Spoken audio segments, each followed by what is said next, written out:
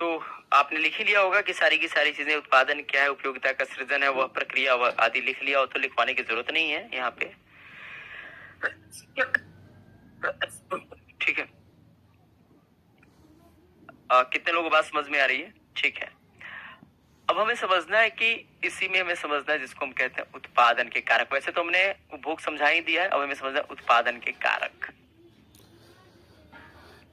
उत्पादन के कारक जिसको हम कहते हैं फैक्टर ऑफ प्रोडक्शन। क्या कहते हैं? फैक्टर्स ऑफ प्रोडक्शन कहा जाता है। प्रोडक्शन, उत्पादन के कारक।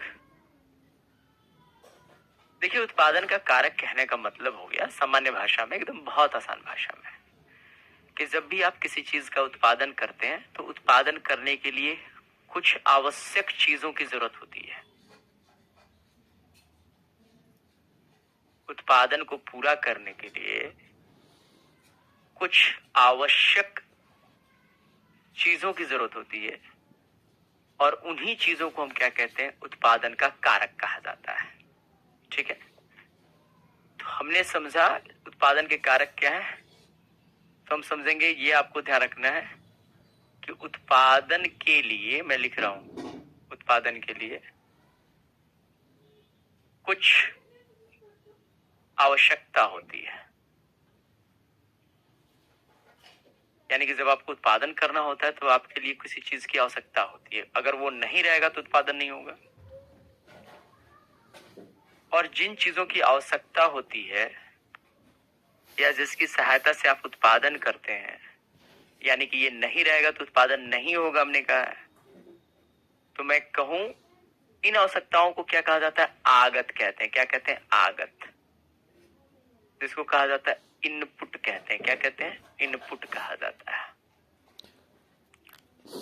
यानी कि उत्पादन के लिए, आ रही आवाज नीलू? हाँ ठीक है, 4 फैक्टर्स होते हैं, ठीक है, अच्छी बात है।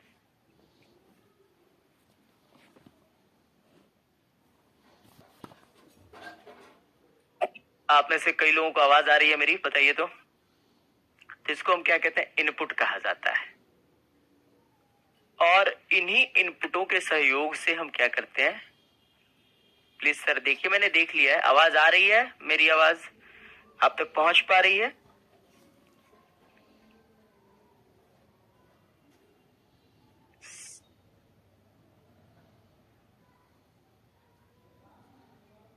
क्या आवाज आप तक पहुंच पा रही है मेरी?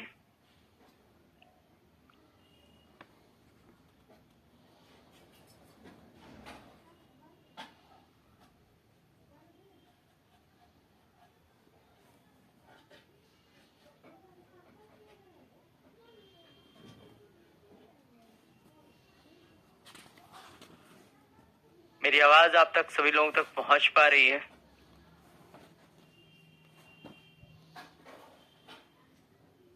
ठीक है, ओके, आवाज ठीक है।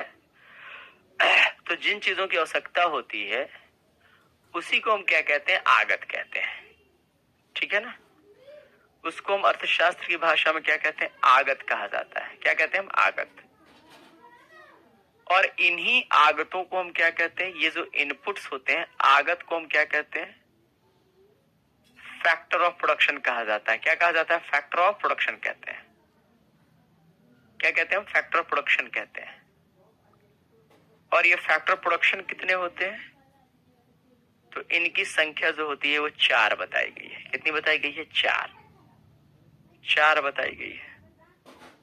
यानी कि ये 4 ये चीजें नहीं होंगी तो फिर आप उत्पादन की कल्पना भी नहीं कर सकते हैं। ये बात क्लियर है? ठीक है। अब हम चीजों को देखें, ये 4 आगत कौन कौन से हैं? ये 4 फैक्टर प्रोडक्शन कौन कौन से हैं? पहली चीजों को हम कहते हैं भूमि कहा जाता है। क्या कहते हैं हम? भूमि। जिसको हम कहते हैं लैंड कहा जाता है। क्या कहते हैं? लैंड। उसके बाद होता है श्रम, लेबर की बातें की जाती हैं। इसके बाद होती है पूंजी, जिसको हम कहते हैं कैपिटल कहा जाता है। क्या कहते हैं हम? कैपिटल कहते हैं। उसके बाद एक चीज आती है जिसको कहा जाता है उद्यमिता कहा जाता है। क्या कहते हैं हम? उद्यमिता। और इसके लिए शब्द हम यूज करते हैं इंटरप्राइजेज। इंटरप्राइजेज का हम क्या करते हैं? यूज करते हैं। ठीक है, यानी कि अगर आपसे पूछे यहां से प्रश्न, जो अगर पूछे कि निम्नलिखित में से कौन से उत्पादन के कारक है, तो आपको ये 4 चीजें याद रखनी है: भूमि, श्रम, पूंजी और उद्यमिता। जैसे एक लोगों का मैं देख रहा हूं कि 5 किसी ने बताया, ठीक है, कई जगह 5 भी देता है, ठीक है, कोई दिक्कत नहीं है। इसी में उद्यमिता को वो 2 हिस्सों में बांट कर दिखा रहा होगा। एक जगह दिखा रहा होगा संगठन। लेकिन मैं ये बात मैं कहां से कह रहा हूं? तो ये बातें मैं कह रहा हूं, ध्यान से बता दे रहा हूं, ये बातें कही गई हैं एनसीईआरटी क्लास 9th चैप्टर 1, और चैप्टर का नाम है पालमपुर की कहानी। ठीक है ना? इस स्रोत की मैं बात कर रहा हूं। इंटरप्राइजेज की बातें की गई।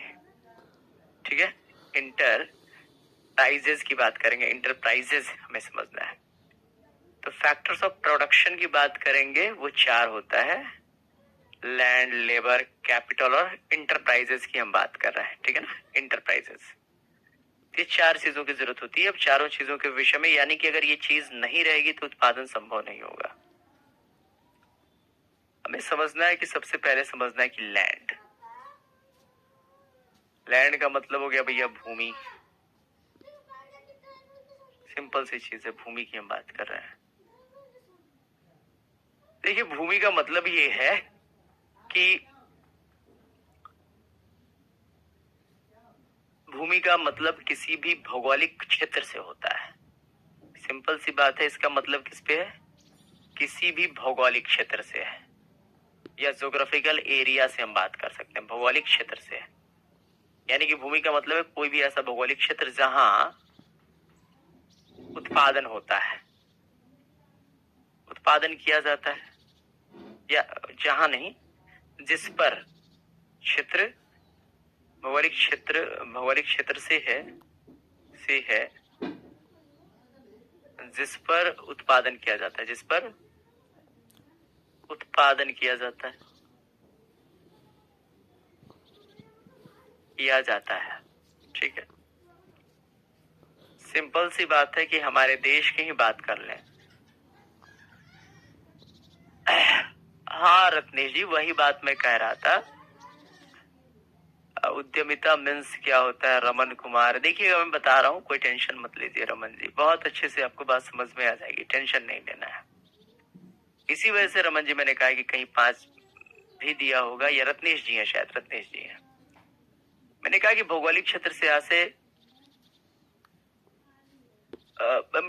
लैंड से भौगोलिक क्षेत्र से है जिस पर उत्पादन किया जाता है। जैसे हम भारत की ही बात कर ले, भारत में जितना उत्पादन किया जाता है तो भारत की भूमि पर ही किया जाता होगा, किया जाता है भारत की भूमि पर। और जब ये अर्थशास्त्र विकसित हो रहा होगा विषय के तौर पे 1776 ईस्वी में, तो सिंपल सी बात है कि अगर खेती भी की जा रही होगी तो बिना जमीन के खेती आप नहीं कर सकते। सिंपल सी बात है कि मैं जहां से पढ़ा रहा हूं आपको, तो ये काम करने के लिए भी कहीं ना कहीं मैं खड़ा हूं, तभी तो ये भाई मैं आप तक अपनी सर्विसेज आप तक पहुंचा पा रहा हूं। तो भौगोलिक क्षेत्र से होता है जिस पर उत्पादन किया जाता है।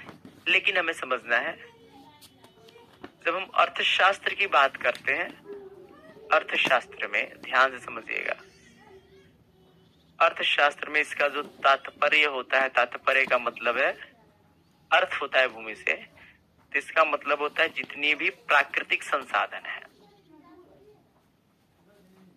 जितनी भी प्राकृतिक संसाधन है, उन सभी चीजों को हम किसमें शामिल करते हैं? भूमि में शामिल करते हैं। प्राकृतिक संसाधनों से है इसका मतलब। तो जमीन भी प्राकृतिक संसाधन है, जमीन को आपने नहीं बनाया है, मैंने नहीं बनाया है, ये प्रकृति इसको क्या करती है, बनाती है। ठीक है, तो इसमें हम किन किन चीजों को शामिल करेंगे, तो हम बात कर सकते हैं मिट्टी को शामिल किया जा सकता है, मिट्टी। ठीक है, हम बात करेंगे सूर्य का प्रकाश, ध्यान से समझिएगा, सूर्य का प्रकाश एग्जाम्पल में दे रहा हूं कुछ कुछ ऐसी चीजें। हम इसमें शामिल कर सकते हैं भैया खनिज, मिनरल्स। आपने बनाया है, मैंने बनाया है, नहीं ना बनाया है। हम इसमें बात करेंगे जल, पानी की बात कर लेंगे। हम इसमें बात कर सकते हैं जल हो गया, खनिज हो गया, सूर्य का प्रकाश हो गया, पवन की बात कर सकते हैं, हवा। ये सब कुछ तो प्रकृति ही देती है। और ये जितनी भी चीजें, सूर्य के प्रकाश, मिट्टी की बात कर ले, सूर्य का प्रकाश, खनिज, जल, पवन, ये सब कुछ किसके अधीन आता है, लैंड के अधीन आता है। यानी कि प्रकृति से प्राप्त होने वाली सभी चीजें या सभी संदर्भों को हम भूमि की परिभाषा के अंतर्गत क्या करते हैं, हम शामिल करते हैं। ठीक है, तो लैंड मैंने आपको बता दिया है। फिर आप लिखें, यहाँ पे थोड़ा सा मैं नोट करवा देता हूँ, लिखिए लिखिए यहाँ पे लैंड के विषय में लिख लीजिए, भूमि के विषय में लिखिएगा। यहाँ तो मैंने समझा दिया है आपको, अब आप लिख सकते हैं, इसको मैं नोट करवा देता हूँ भाषा में। हिमालय, हाँ ठीक है, हिमालय सब आएगा, प्रकृति में सब भूमि में ही आएगा। रवि सिन्हा जी, आप हिमालय का कल्पना कर रहे हैं, ठीक है ना। लिखेंगे इसमें, लिखिए लैंड में या भूमि में, जैसे मैंने कहा कि उत्पादन के कारक लिखेंगे इसमें। उत्पादन के कारक में लिखिए एक ठीक है, किसे कहते हैं वो तो मैंने आपको बता दिया, भूमि में लिखे। लिखिएगा भूमि से आशय या भूमि से तात्पर्य, भूमि से तात्पर्य, भूमि से तात्पर्य उस भौगोलिक क्षेत्र से होता है, उस भौगोलिक क्षेत्र से है या उस भौगोलिक क्षेत्र से होता है, उस भौगोलिक क्षेत्र से होता है जिस पर उत्पादन किया जाता है, जिस पर उत्पादन किया जाता है।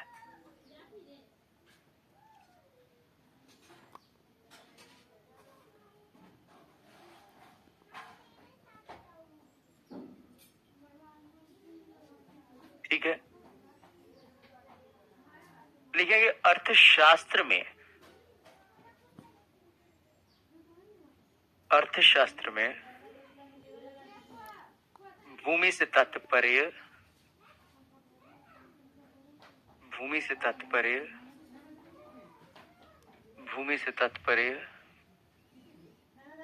प्राकृतिक संसाधनों से है, प्राकृतिक संसाधनों से है। जैसे जैसे मिट्टी, ये सब भूमि के अंतर्गत ही आएगा। जैसे मिट्टी, या उदाहरण के लिए मिट्टी, सूर्य का प्रकाश, सूर्य का प्रकाश, खनिज, जल, पवन आदि, खनिज, जल, पवन आदि, खनिज, जल, पवन आदि, इन सभी चीजों को हम किसमें शामिल करते हैं, तो ये सारी की सारी चीजें किसमें शामिल होती हैं भाई, ये सब कुछ जो शामिल किया जाता है, ये शामिल होता है किसमें, तो ये शामिल होता है भूमि में, याद रहेगा।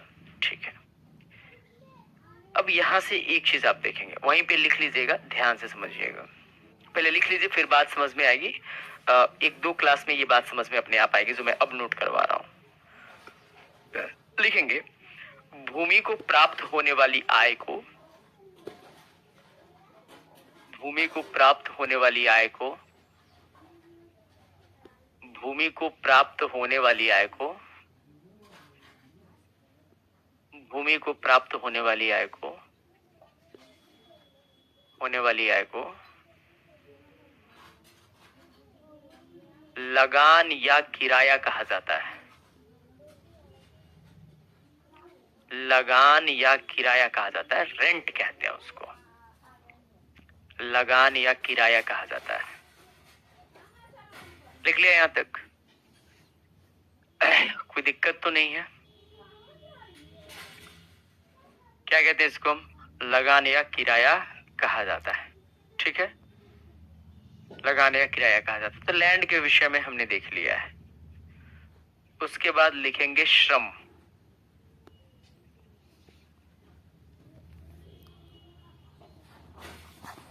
लेबर, श्रम।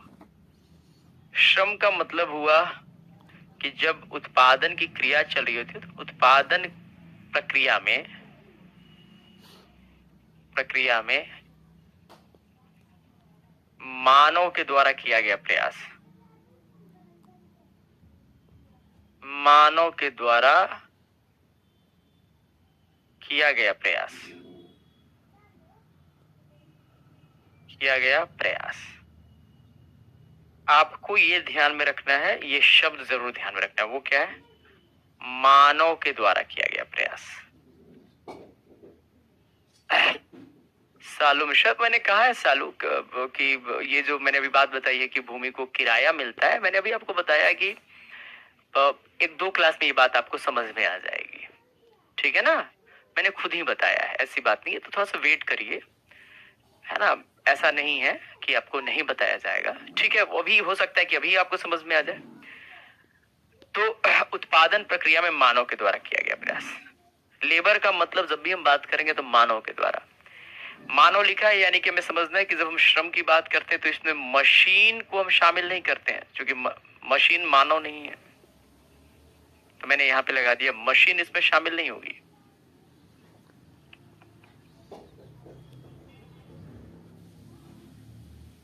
ठीक है, और ये जो श्रम जो होता है, श्रम की बात करेंगे, श्रम जो है मानव करेगा।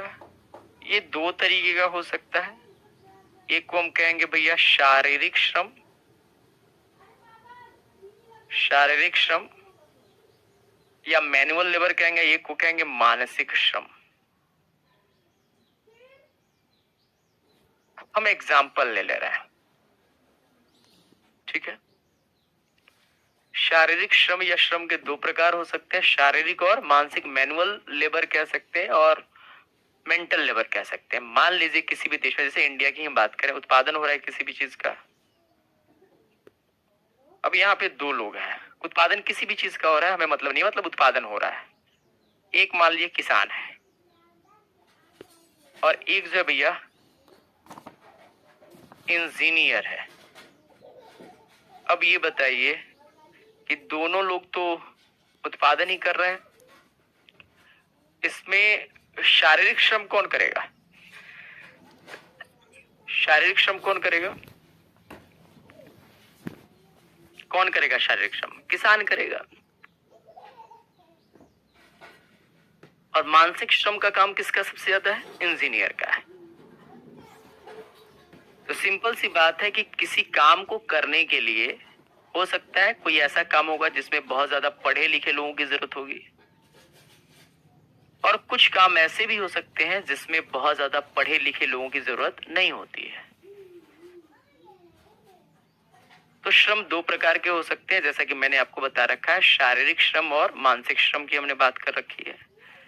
अच्छा, यानी कि ये श्रम कौन करेगा? श्रमिक ही करेगा, श्रमिक ही करेगा। ठीक है, श्रमिक ही तो करेगा। मैं ही हूं तो मैं भी तो एक श्रमिक ही हूं। मैं यहाँ पे थोड़ा सा मानसिक श्रम ज्यादा कर रहा हूं शारीरिक श्रम की तुलना में। और मैं जब ये काम करूंगा, जब ये काम करूंगा, मेरे काम करने के बाद मुझे क्या मिलेगी? मजदूरी मिलेगी। अब इसको मजदूरी को हम कह लें वेतन कह लें, सिंपल सी बात है। हम इसको फीस कह लें, जैसे वकील फीस लेता है, डॉक्टर फीस लेता है। लेकिन मिलेगा इसको क्या? मजदूरी ही मिलेगी। अगर वकील को मिलेगी तो उसको हम फी कहेंगे, वकील की फी कितनी है।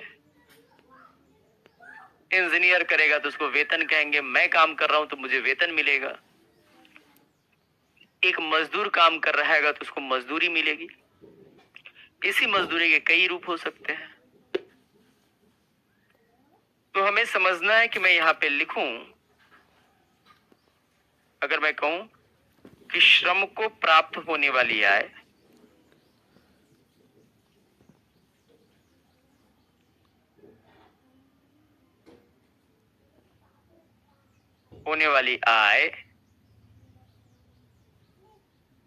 मजदूरी कहलाती है।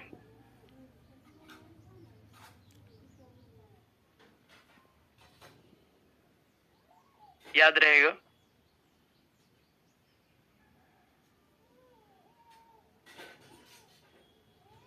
या नहीं याद रहेगा? तो हमने श्रम की बात कर ली है।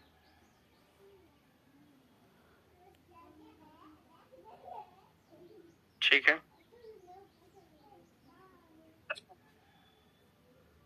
ठीक है ना जी? नोट करिए थोड़ा सा जल्दी।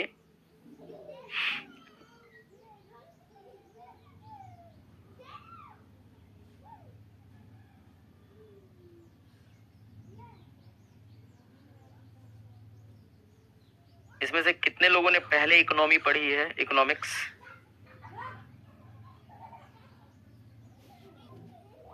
कितने लोगों ने पढ़ी है?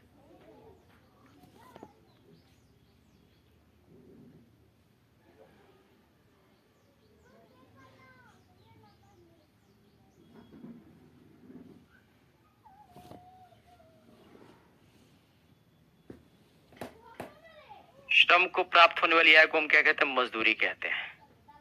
अब ये जो श्रमिक होगा ये भी कई प्रकार का हो सकता है। एक हो सकता है भैया, मान लीजिए कि दैनिक श्रमिक हो सकता है, दैनिक मजदूरी करने वाले लोग। एक कर्मचारी हो सकता है कि नहीं हो सकता है?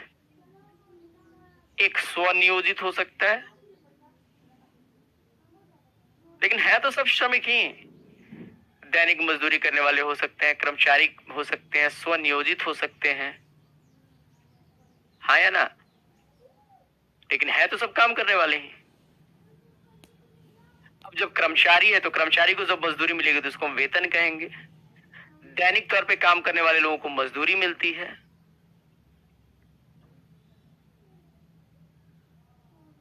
कौशल किशोर भारती हैं, ठीक है। कौशल किशोर भारती, ओके। चलिए, कॉमर्स पढ़ा है आपने, ओके। कॉमर्स पे तो बहुत ज्यादा मेरी उतनी अच्छी पकड़ नहीं होगी। कॉमर्स का मतलब वाणिज्य है और मैं इकोनॉमिक्स अर्थशास्त्र की बात पढ़ा रहा हूँ।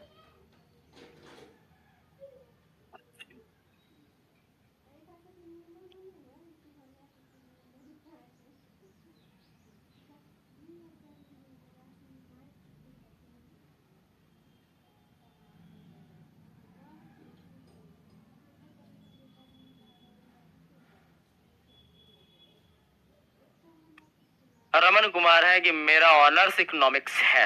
तो आप तो मुझसे भी ज्यादा जानते होंगे जी रमन जी।